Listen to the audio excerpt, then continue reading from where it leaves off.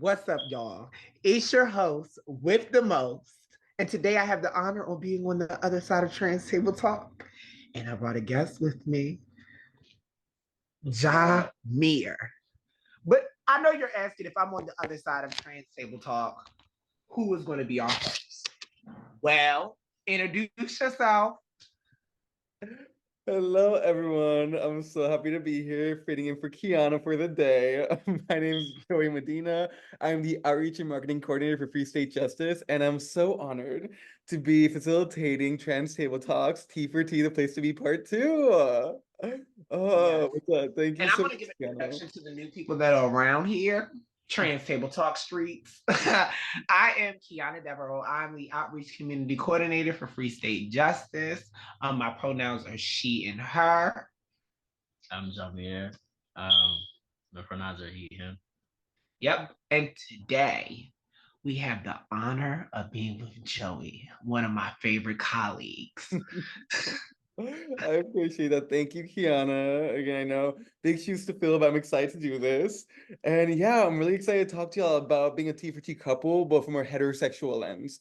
For those of you who haven't seen it, our last episode was about being T4T from a homosexual lens. Please go and watch it right now if you haven't. It was so amazing. And I'm really excited to have this new conversation. And I guess to start, just to give people a glimpse of y'all's relationship, what you've been through, what's y'all's story? How'd you meet? Where'd you meet? I'd love to hear a little bit about that. My brother. Well, we met off of TikTok. My brother was posting and making trans brothers and trans women visible, and we kind of ran into each other on there. And then I want to say I texted her first, if I'm not mistaken, and we were talking, and then we ended up FaceTiming, and then Okay, what'd you say? What was the DM? Um, it's been so long ago. I don't even remember. I think he said something corny like hi with like three eyes and the waving hand emoji and the smile emoji. And I was like hi back. But like I'm hard up. So I think I was just trying to like be so nonchalant about it, like hi question mark. So yeah. I think that's how that went. Since you were the one who was approached, apparently, was how to feel to be approached romantically by someone who shared your trans identity. It was new to me. I'm not even gonna lie to you. So like Jamir is my first ever trans experience. Um, so it was kind of new. We have a guest appearance, y'all. He said that we didn't introduce him. this is our fur baby, this angel. Oh, wait, what's their name? Bad. We But love the cameo. I can actually say that I didn't know what to expect, but I went into it with an open mind. Um, being in relationships with cis people, um, it wasn't going so good for me. So I was like, hey, we can give it a shot and see how it goes. And I mean, years later. And Jameer, was there any thought in your head about reaching out to someone who's also trans? Had you dated people who were trans before? Is this also your first time?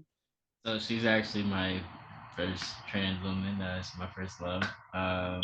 No, especially from because I'm from Jersey, so where I'm from, there's not really a lot of trans people, anyways.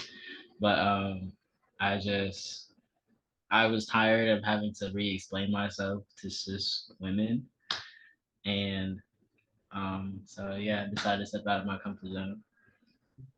Kiana, you also mentioned some things that come up when dating cis people. Can you talk a little bit about that?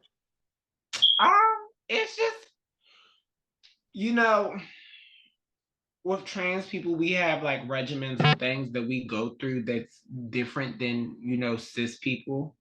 Um, like I don't want to have to explain why I have to stab myself with an injection needle every week, or I don't want to have to tell you why sometimes I'm in my head or I'm looking in the mirror and I don't really like the person I see right now. Or I don't want to have to explain to you why I'm not comfortable or I get anxiety when I go into public places and surroundings. As trans individuals, we understand each other and what dysphoria could look like, what mental health could look like, what the transition process looks like. So it's kind of easier than dealing with a cis person that's not educated. Because we do find ourselves, and I'm not going to say all cis people, so let me go ahead and claim that there's few cis people out there, or it's a majority of cis. I'm not going to say majority. There's a good group of cis people out there that understand the transition because they took the time to not acknowledge themselves or who we are as trans identifying individuals. But you have some that just objectify and fetishize our transition, and didn't take the time to gain the knowledge on who we are as trans identifying people. Wow. And Jameer, would you agree with that? Yeah, I feel as though what I like to say is I love for hearts and not parts. I know for me, before we started dating, I've only dated cis women. It's always been they want to know what's in my pants off the rip. It's a hello and oh, do you have bottom surgery? Or oh, do you have top surgery? Or are you going to get surgery? I'm happy that y'all were able to connect with each other about those experiences. But of course, you two, while both being trans, have a different gender identity. Have y'all encountered any major differences you've had to overcome, or has it overall been just a very understanding, flowy, cohesive experience dating each other? So to know us is to know that we've dated like 17,000 times. We've walked away from the relationship to get ourselves together, came back, ran into some differences, walked away again, came back, walked away again. So it's been a thing. I think this last time where like the pieces are fitting, because I'm a firm believer you don't give up on what you want. And I want him. And it's never a feeling, even if he makes me the most angriest person on earth, I still choose him. Um, I think that it's a lot of obstacles such as communication, financial, drive, understand it, healing. It's a lot of things that we had to work on to get to where we're at today. I tell him this all the time. The people that we are today is not the people who we used to be. Yeah. Jameer, what do you think? I definitely agree on that. We're not the same people we were a year ago or when we first met. We were teenagers, and I'm 22. She's going to be 22. We're definitely two different people now. Wait, how old were y'all when you first met? She was 17 and I was 18. Oh my gosh, Mind children. you, now we met on our birthday week. His birthday was just Tuesday. Mine is Monday. Beautiful, meant to His be. birthday is April the 2nd. Mine is April the 8th. Okay, so it sounds like when y'all have had complications, it hasn't been because of your trans experience. It's just been the experience of having a relationship. Yeah. And you mentioned that both of you met again through TikTok. You're both influencers. You both use your platforms to advocate. Are y'all public about your relationship on there, or do you keep it more personal? We have been public about our relationship. TikTok is now his platform. I no longer use TikTok as a platform. We both had a following on there. Um, my following is more on Instagram and Twitter. But we are public. When people think about trans couples, especially a trans couple from Baltimore, they think of us, even though we're not from Baltimore, they think of us, or when they think of like young trans love, they always use us for reference. So yeah, I would say we're public, but we're very private too. I understand you, but do you keep them separate? Do we keep them separate? You kind of keep your personal relationship and your online relationship a little bit different. Am I right? Yeah, I just feel like at the end of the day, like we pop out, we make a post, whatever the case may be, but like we'll leave it at that. Like we don't really care about the backlash or whatever the case may be, and like anything that we go through, like if it's financial or let's say financial, emotional, or just anything that should happen behind closed doors, we keep it behind closed doors. Like if it's a conversation that we had about emotional well-being or something that emotionally bothers my partner or bothers me, we're not running to social media about it. We'll talk about it behind closed doors and we'll let it be that. The only time that we're posting on social media about our relationship, if it's some funny, off topic, off the wall type status, like he'll be like, let me lick your eyebrow or something like that, and then tag me in it. Like it'll be something funny and offset like that. Okay, I love that. Let me lick your eyebrow. I love that. But what has the perception and reception been of your online relationship? What have you both seen? Are the comments positive? Have you found like the occasional negatives? What goes on online? In the beginning of us dating, there was a lot of backlash.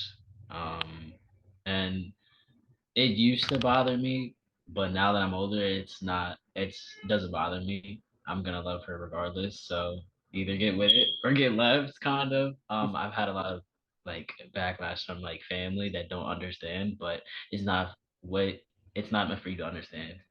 As long as I'm happy and I'm in love, that's all that matters. For me, I want to say I don't really know. Like I've never, huh, huh. When we had the I never really cared.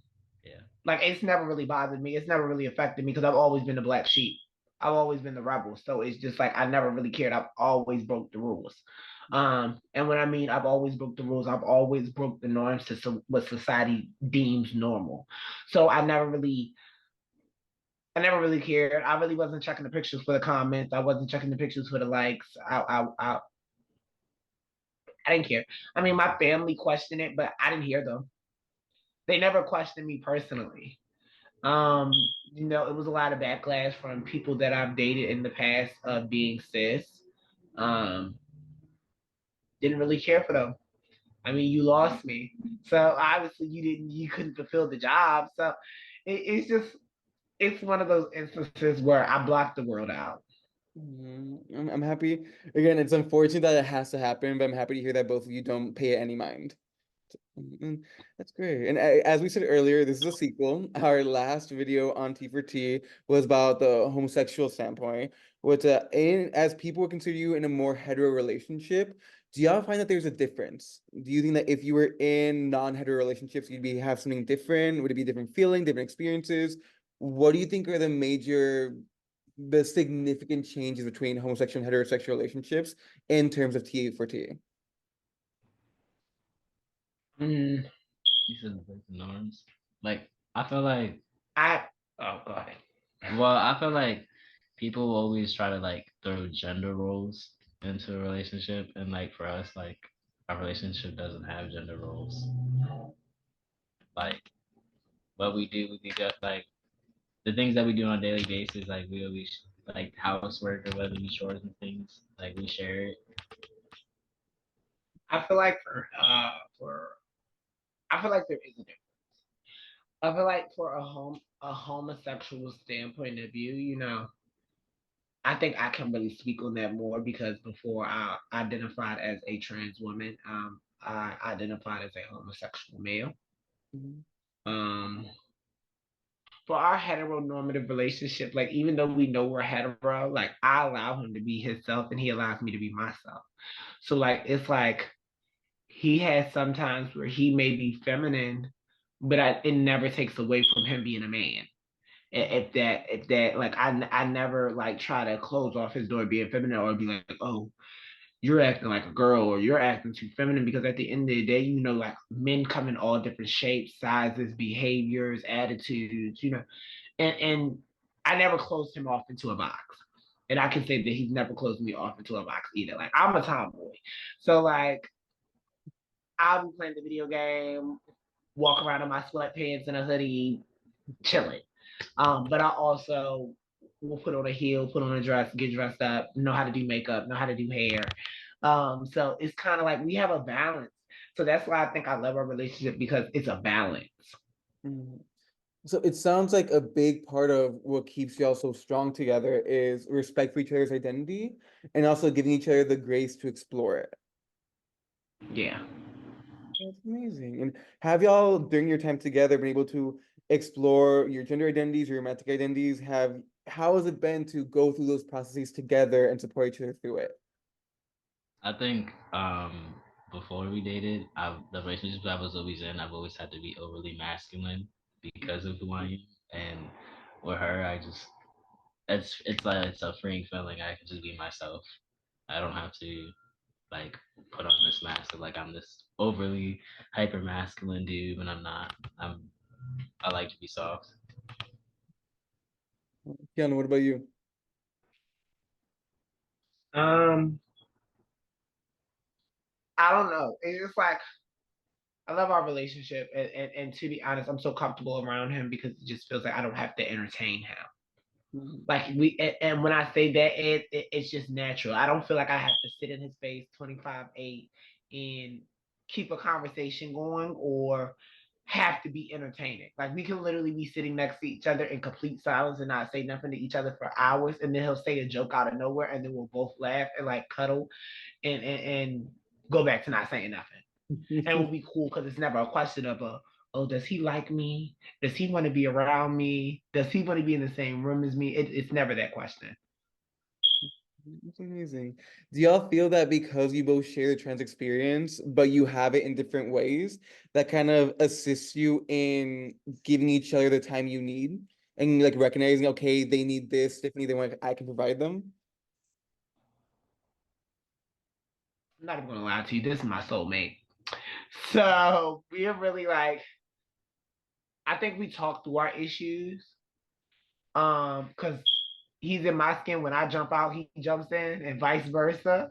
So it's really hard that we're ever inseparable. And I know people say that that's not healthy, but it's healthy when it's healthy, if that makes sense. Like, it's healthy to be obsessed with your partner when it's healthy obsession. Like, it's not toxic obsession. Like, I'm not going to hinder you from anything that you have going on if you have something going on and vice versa. But I want you to know that I enjoy you. I love you. I want to be around you every second and every minute. But there's a moment that you have to step away for 30 minutes or an hour or 2 hours or whatever the case may be. As long as it's that open line of communication, we can do that. That I'm fine with that. Because we had that healthy communication. And if we don't, or we feel like we're steeping backwards and the communication is no longer healthy, what can we do to fix that, and how can we do it? We've seek therapy, we've worked on each other, we've talked out, used coping mechanisms and things like that. So I think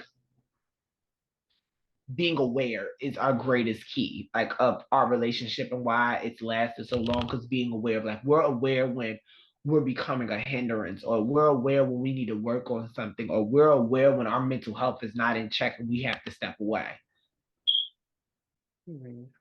Jimmy, what do you think? Yeah, definitely that, especially on the mental health aspect. Just this past year, I went through a lot of family loss, so I definitely had to step away and seek therapy and seek help for my mental health. It was a rough patch, but she was there every step of the way. That's amazing. It's great to hear that y'all give each other both, again, as you said, healthy obsession. You're all over each other when you want to be, when you need space, you give each other space. That sounds great. And now, throughout all this conversation, y'all talked about, again, you met through TikTok, I believe you said, DMs, Modern Love Story, and you both use your social platforms to advocate. And you're both very open about being trans yourselves and being in a trans relationship. Now, this was not a function or an option that advocates, 20, 30 years ago had. But I feel like Gen Z, one great aspect of being this new generation is that we can do our advocacy, obviously in person still, but utilize social circles online, use social media, things like that. How do y'all feel looking back at advocates maybe older than you who didn't have that option? And what do you feel are the biggest differences in these two different styles of really making a change? So I feel like it would have still been powerful. I feel like a lot of my work, like, I feel like I do a lot of my activism and advocacy non-social media. Um, I mean, I do it in my workplace, and I do it word of mouth. Like, I'm able to tell my story word of mouth. Jimmy, what about you? A lot of you in social media. Yeah, I would say it's definitely a lot of mine has been social media because like I said, I'm from Jersey, so it's not really it's there's not a lot of trans people or like people that are very open with it. But I've there's P Flag in Jersey, and I was a part of it for like many years when I was younger, before I when I was pre-T, and I've definitely spoke out at different events, and we've done pride events. And the high school that I actually went to, I had a petition set up so that we can get gender neutral bathrooms. So in the schools, that's what they have, and they're actually putting them in the elementary schools as well. It's amazing. And again, as you said, yeah, it's so unfortunate, but in many spaces throughout this country, the only kind of activism that you can do safely without fear is online. What's been the impact, not only of each of yours individual activism online, but also through your relationship? And I know we talked earlier about the negative aspect. And again, it's so great y'all don't pay any mind, but what's been the positive? And I've seen more open T4T couples. Um, I can say for me, I speak a lot about my transition and I live authentically and openly as a trans woman. I see a lot of people now doing that as well. Like we don't feel the urge or the need to be put in a box or put in hiding or be anybody's secret. So I think that plays a part for me. Jimmy, what about you? Yeah, I would say I definitely see a lot of more trans men of color when I, especially when I like I'm on social media or when I'm out and about, and it's a good thing to see because when I first transitioned, I didn't have like I didn't know a trans man of color. Oh, that's great. Y'all, how does it feel to know that you're a part of that? It, I mean, it's definitely a good feeling. monumental. Thank y'all so much. We're coming to the end of the conversation. And looking at this conversation and the one I had last, the one that you had, Keyanna, sorry about that, last time, there's so many things that go into a T4T relationship. And I see a lot from both conversations about being able to understand one another.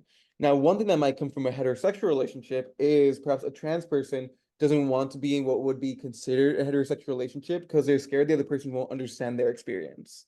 What would y'all say to that, to someone who maybe does have a prospect who could be a really great relationship, but they're nervous that the person isn't going to understand them? Um, you have to know who your person is. And that's studying your person. I've seen my person in all seasons. I see my person in summer, winter, spring, and fall.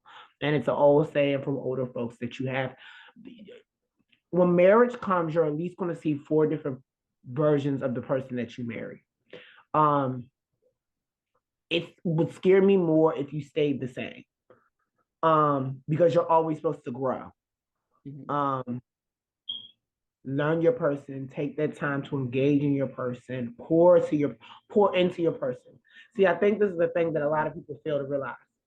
I pour into you so you can pour into me and we can grow together. Mhm. That's beautiful. Jameer, what about you?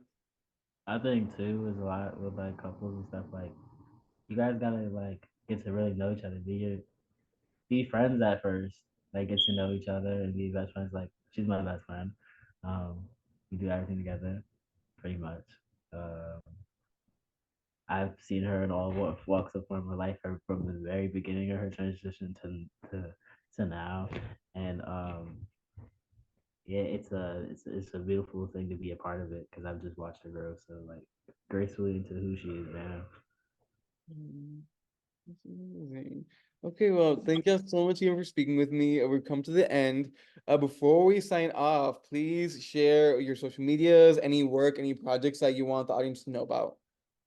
Um, you can follow me on Instagram at I am Vixen Behaviors. That is IAMVIXXENBEHAVIOR. And I think that's my only social media platform. Yeah. Jamir James King 1, and then Jamir James King 2, JAMERE James, and then King, and then 1, and then 2. Amazing. And if y'all want to follow me, you can follow FreeState Justice. Our Instagram is constantly popping off. We have a great YouTube channel. We have a Twitter. We have a Facebook. We have a LinkedIn. And We're accepting all donations. we're accepting all donations. Hey, if y'all want to see more content like this, then please donate. Link in our bio, or you can go to our website at freestate-justice.org. And buy your tickets for the Sunset Swirl Raid for May the 31st. Yours truly. We will be there, dressed to the best, taking away grand prize for the best dressed of the night. So what's exactly? Yeah, if you want an autograph from Keyanna and Jameer, please come. But yes, plug.